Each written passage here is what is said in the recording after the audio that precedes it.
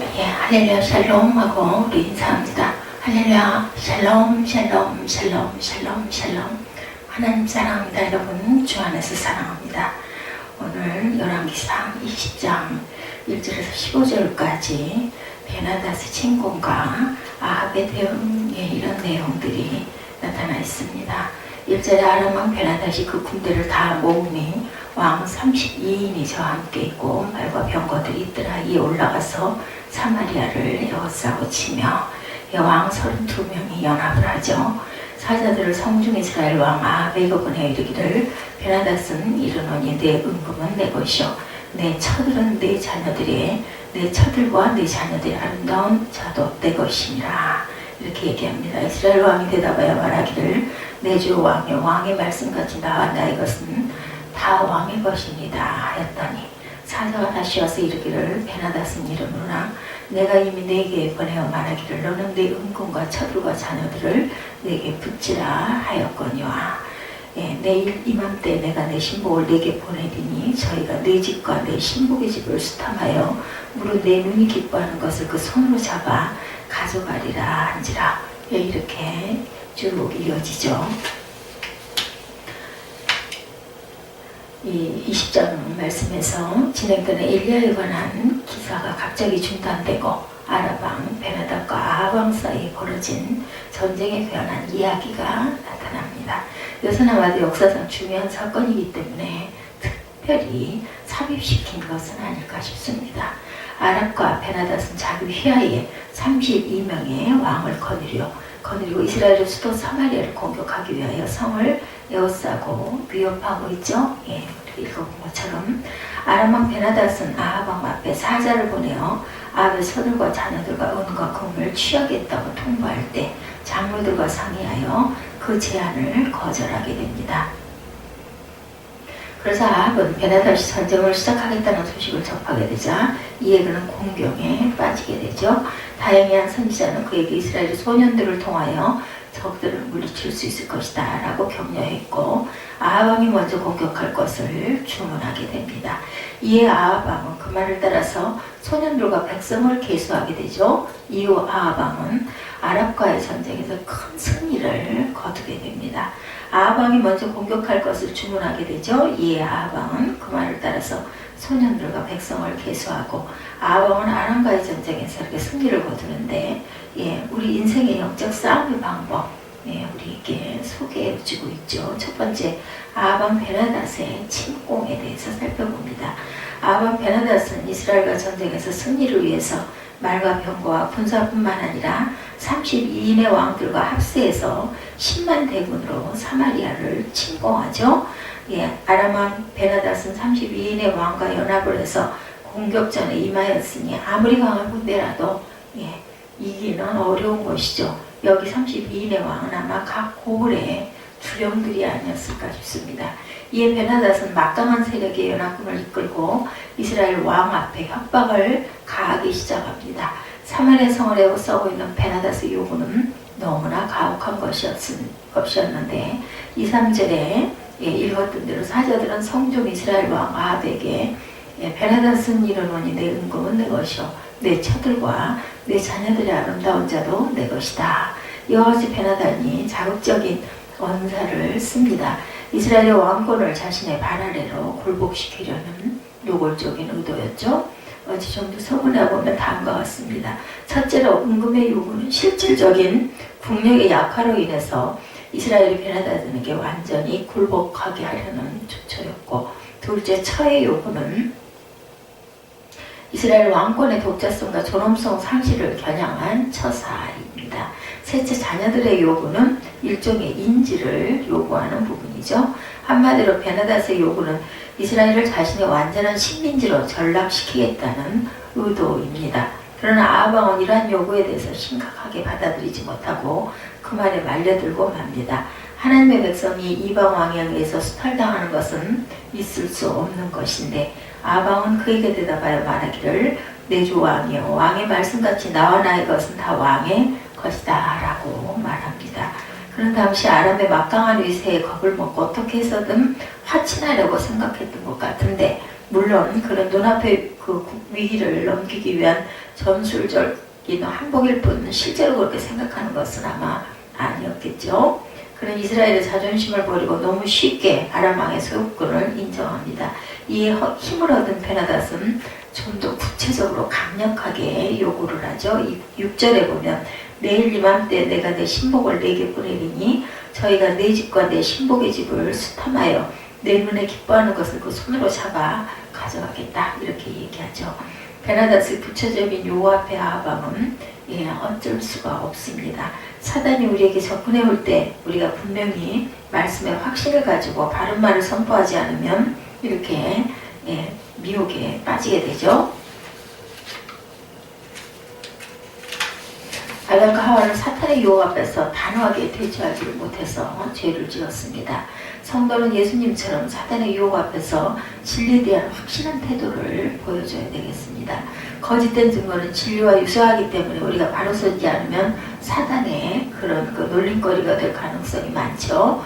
올바른 영적 무장을 해서 시험을 이길 수 있는 비결을 우리가 배워가야 되겠습니다. 두 번째, 아합 왕의 대응이죠. 8절에 모든 장로와 백성들이 다 왕께 고하되 왕은 듣지도 말고 허락하지도 마옵소서 한지라. 장로와 백성들은 백성들의 요구, 이스라엘의 은금과 처들과 자녀들을 아람 왕이 취하겠다는 것에 대해서 거절할 것을 요구합니다. 이에 아합 왕은 베나닷의 사자에게 거절을 하죠.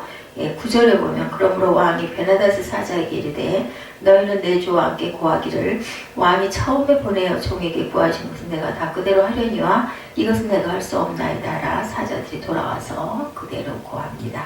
아합에 대한 대응의 말은 장막에서 술을 마시고 있는 아람 왕과 그 연합군들에게 분노를 자아내게 했겠죠. 베나닷은 자신의 부하들에게 이스라엘을 칠 준비를 하라고 하고 공격 준비를 통해서 자신의 야망을 성취하려고 합니다. 그는 교만이 가득하여 하나님의 진노를 기다리고 있었죠. 사단의 공격은 약한 성도들에게 더 위협적으로 공격해오고 때로는 스스로 넘어지게도 만듭니다.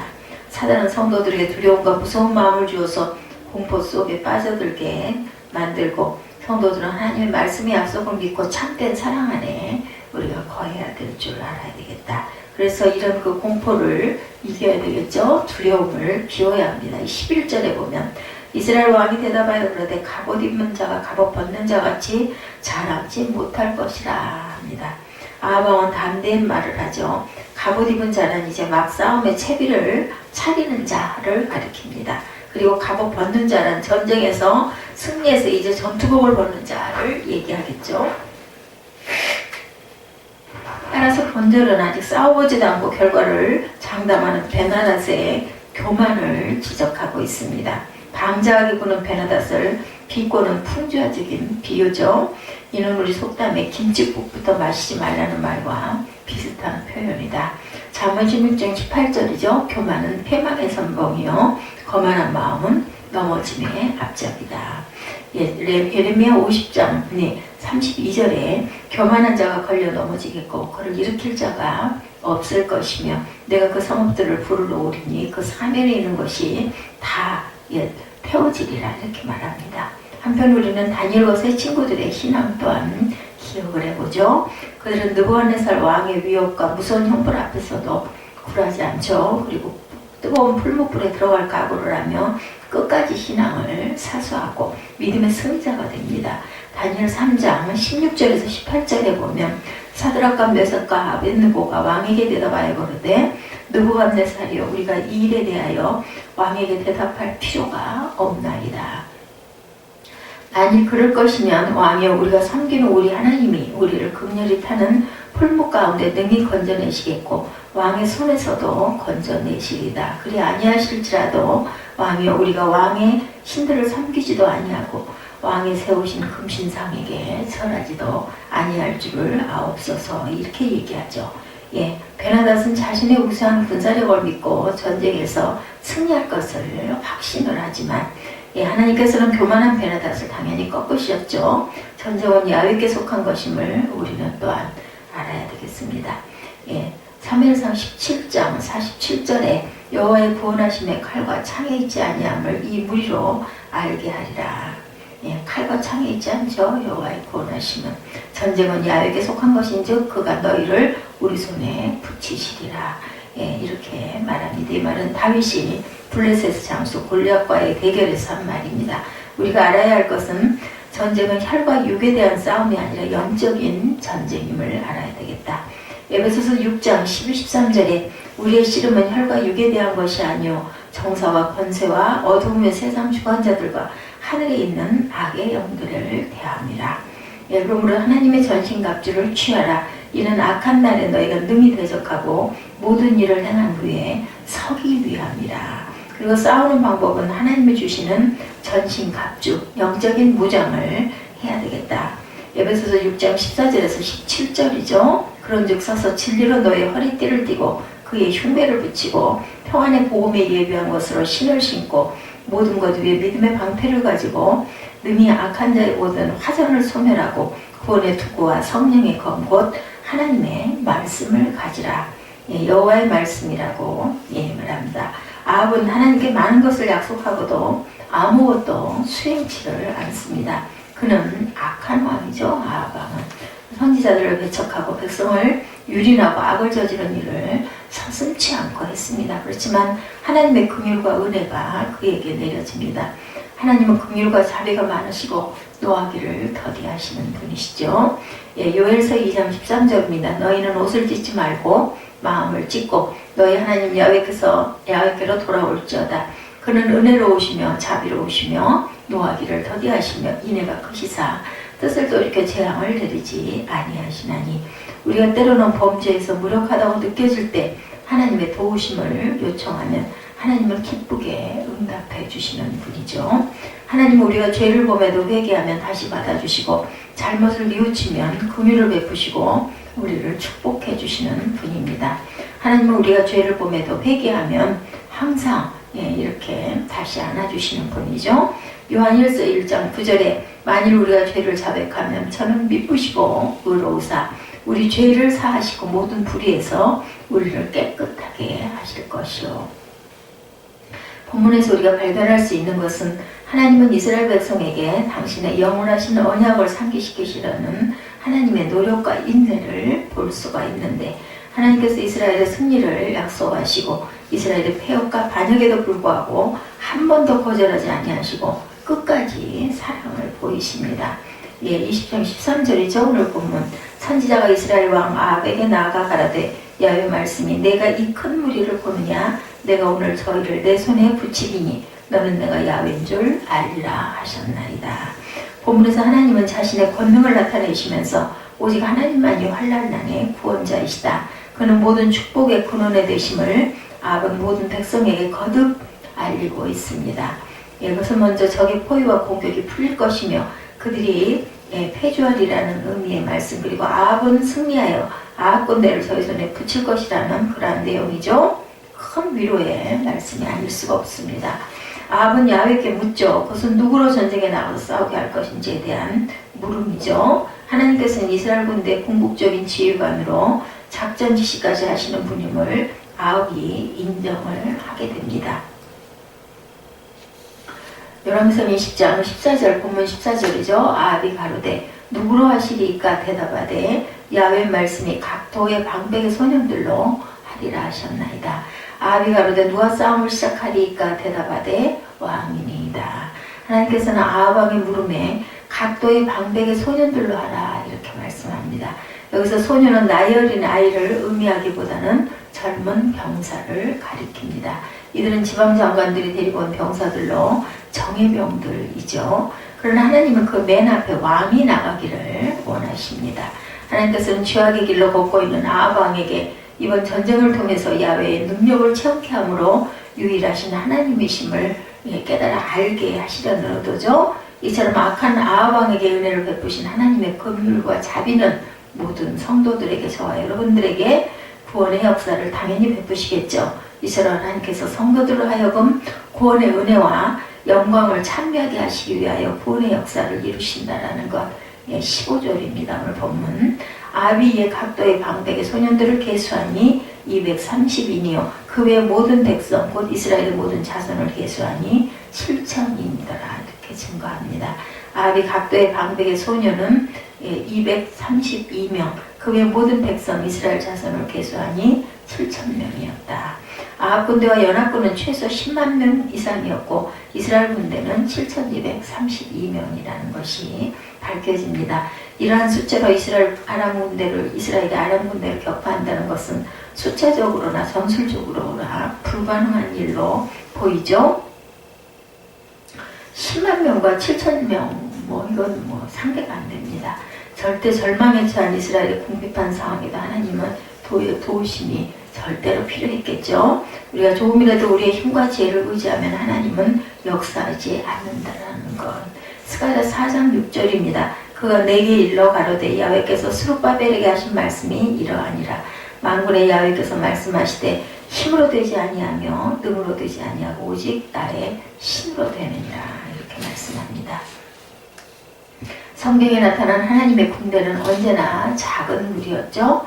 어떤 약한 육체라도 그분 앞에서 자랑하지 못하도록 하기 위함이었는데 더 이상 소망이 없을 때 그때 하나님은 약한 무리를 택해서 일하시고 하나님의 법칙은 결코 여기서 벗어나지를 않습니다.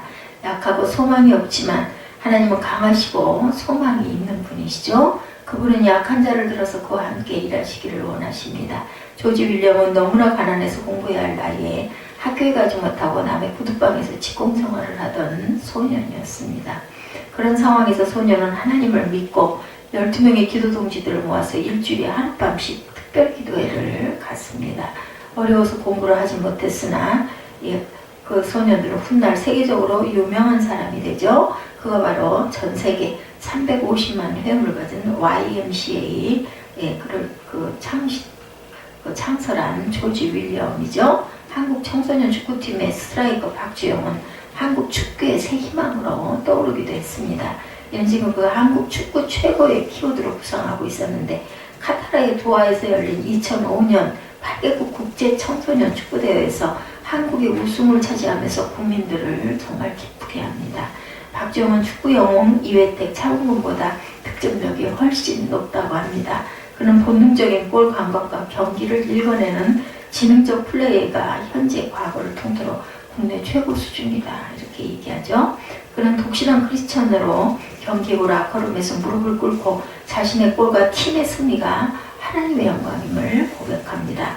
골을 넣는 순간 살아계신 하나님을 보았다면서 좁은 공간이었지만 주여 하면서 수술을 날렸는데 골대 왼쪽으로 올인을 하죠. 경기 전날 대구의 어머니로부터 주여 하나님께서 이끄실 거니까 마음 편하게 경기에 임해라 이 말씀이 그렇게 큰 위안이었다라고 얘기하면서 갈수록 하나님께로 향한 사랑과 믿음이 부풀어 오른다 이렇게 전합니다. 이렇게 그 교회 간증 집회에 가서도 담대하게 말을 전할 수 있는 이런 그 선수들 국민일보에 난 내용입니다. 축구를 잘해야 하는 궁극적인 목적 그 얘기하죠. 사람들이 살아계신 하나님을 알기 위해서라고 얘기하면서 본인은 축구 선교사의 꿈을 밝혔다고 그러죠. 우리는 일상의 영적 싸움에서 이겨야 할 궁극적인 목적이 하나님의 살아계심을 모든 사람들에게 알리고 그분께 영광을 돌리기 위한 것이다. 이스라엘 백성은 아람왕 베나다스 침공과 위협에 압도되어 항복해야 할 사태까지 이르게 되죠. 오늘 본문에 보면 그러나 이러한 위기에서 야훼 하나님의 도우심이 따르게 되고 승리는 하나님의 도우심에 의한 것이지 결단코 사람의 노력에 의해서 되는 것이 아니라는 것. 인간이 지혜가 있고 능력이 있어서 승리하는 것이 절대로 아닙니다. 아무리 훌륭한 전략과 전술이 있고 지혜와 능력이 있다고 해도 모든 것은 하나님께 달려있는 것이다. 나라와 나라, 민족과 민족이 서로 대적해서 싸울 때도 승리는 하나님께 있듯이 우리 개개인이 영적인 싸움에서도 승패는 하나님께 속해 있다는 사실을 우리가 절대로 잊지 말아야 되겠죠. 사무엘상 17장 47절에 또 여호와의 구원하심이 칼과 청에 있지 아니함을 무리로 알게 하리라. 전쟁은 야훼에게 속한 것인즉 그가 너희를 우리 손에 붙이시리라 이렇게 얘기했습니다. 우리가 항상 하나님을 의지하고 어떤 불가능한 사태일지라도 하나님께서 나와 함께 하신다는 것을 입술로 고백할 줄 아는 저와 여러분들 그런 굳건한 믿음들이 되시기를 주님의 이름으로 축복합니다. 기도하시겠습니다.